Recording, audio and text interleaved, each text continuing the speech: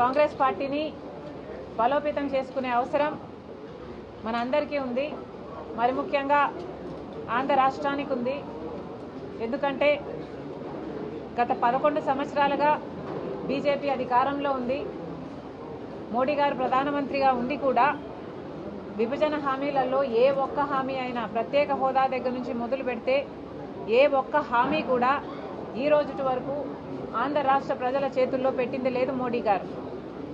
ఈ పరిస్థితుల్లో ఒక్క కాంగ్రెస్ పార్టీ మాత్రమే విభజన హామీలలో ఏ ఒక్క హామీ నెరవేరాలన్నా కాంగ్రెస్ పార్టీ రాహుల్ గాంధీ గారు ప్రధానమంత్రి కావాల్సిన అవసరం ఉంది.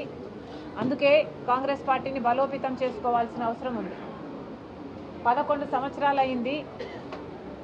విభజన హామీలలో ఏ ఒక్కటి అంటే కనీసం ప్రత్యేక హోదా అయినా లేక పోలవరం అయినా రాజధాని అయినా కనీసం ఉన్న విశాఖ స్టీలు ప్రైవేటైజ్ కాకుండా ఆపుతాము అనన్నా ఒక్క మాట కూడా ఇంతవరకు మోడీ గారు చెప్పలేదు. ఈ రోజు వరకు కూడా మోడీ గారు ప్రధానమంత్రిగా ఉన్నారు అంటే ఈరోజు ఆంధ్ర రాష్ట్ర ప్రజలు ఓట్లు వేస్తే ఆ బలం చంద్రబాబు గారు తీసుకెళ్లి మోడీ గారికి ఇస్తే ఈరోజు మోడీ గారు ప్రధానమంత్రి కుర్చీలో కూర్చుని ఉన్నారు.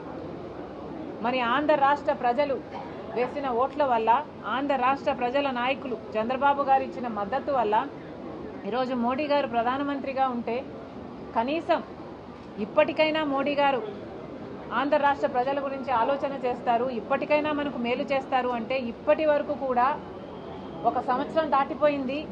ఇప్పటి వరకు కూడా మోడీ గారు ఎటువంటి అష్యూరెన్స్లు ఇవ్వలేదు. మొన్న వచ్చారు, యోగా చేసి వెళ్ళిపోయారు. యోగా మీద ఉన్న శ్రద్ధ ఆంధ్ర రాష్ట్ర ప్రజల మీద లేకపోయింది మోడీ గారికి. ప్రత్యేక హోదా ఇస్తామని చెప్పలేదు. కనీసం పోలవరం ప్రాజెక్టు 45 మీటర్ల నీటి నిల్వతో మేము కడతాము, పూర్తి చేస్తాము, పూర్తి బాధ్యత మాది అని చెప్పలేదు. పార్లమెంటులో సైతం 41 మీటర్లకే పోలవరం ప్రాజెక్టు కట్టాలి అన్నట్టు నిధులు మంజూరు చేస్తున్నారు. ఫైనాన్స్ మినిస్టర్ ఈ మాట పార్లమెంట్లో చెప్పినప్పటికీ కూడా మాకు 41 మీటర్లు అయితే ఇది గ్రావిటీ ప్రాజెక్టు కాదు, ఇది లిఫ్ట్ ఇరిగేషన్ ప్రాజెక్ట్ అవుతుంది, మాకు పోలవరం 45 మీటర్స్లోనే నీటి నిల్వలో కావాలి అని ఒక్క పార్లమెంటేరియన్ కూడా నోరు విప్పి మాట్లాడలేదు. వైసీపీ ఎంపీలు ఉన్నారు, టీడీపీ ఎంపీలు ఉన్నారు, జనసేన ఎంపీలు ఉన్నారు, బీజేపీ ఎంపీలు ఉన్నారు. ఆంధ్ర రాష్ట్రానికి చెందిన ఇంతమంది ఎంపీలు లోక్సభలో రాజ్యసభలో ఒక్కడు కూడా నోరు విప్పి మాకు పోలవరం ప్రాజెక్టు గ్రావిటీ బేస్డ్ ప్రాజెక్టుగా యథావిధిగా 45 మీటర్ల నీటి నిల్వతోనే కట్టాలి అని ఒక్క మగాడు మాట్లాడలేదు. ఒక్కడికి దమ్ము లేకపోయింది. ఈ రోజు వరకు కూడా పోలవరం ప్రాజెక్టు నిజంగానే ఒక బ్యారేజ్గా మిగిల్చే ప్రయత్నం చేస్తున్నారు. కేవలం 83,000 కుటుంబాలకి R&R మిగిల్చుకోవడానికే ఈ కుట్రలు జరుగుతున్నాయి. పోలవరం ప్రాజెక్టు ఎలాగో మోసం చేస్తున్నారు.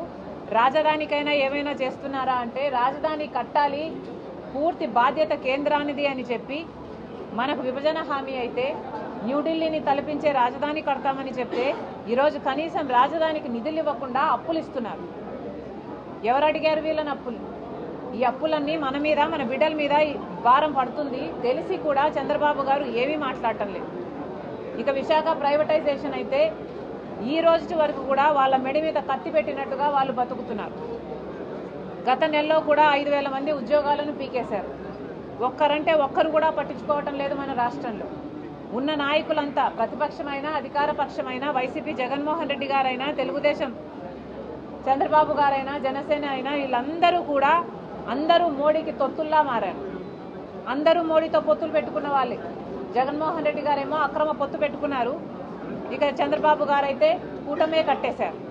మరి ఇలాంటి పరిస్థితుల్లో ఆంధ్ర రాష్ట్రానికి మేలు ఎలా జరుగుతుంది? అందుకే ఈరోజు కాంగ్రెస్ పార్టీ బలపడాల్సిన అవసరం ఉంది.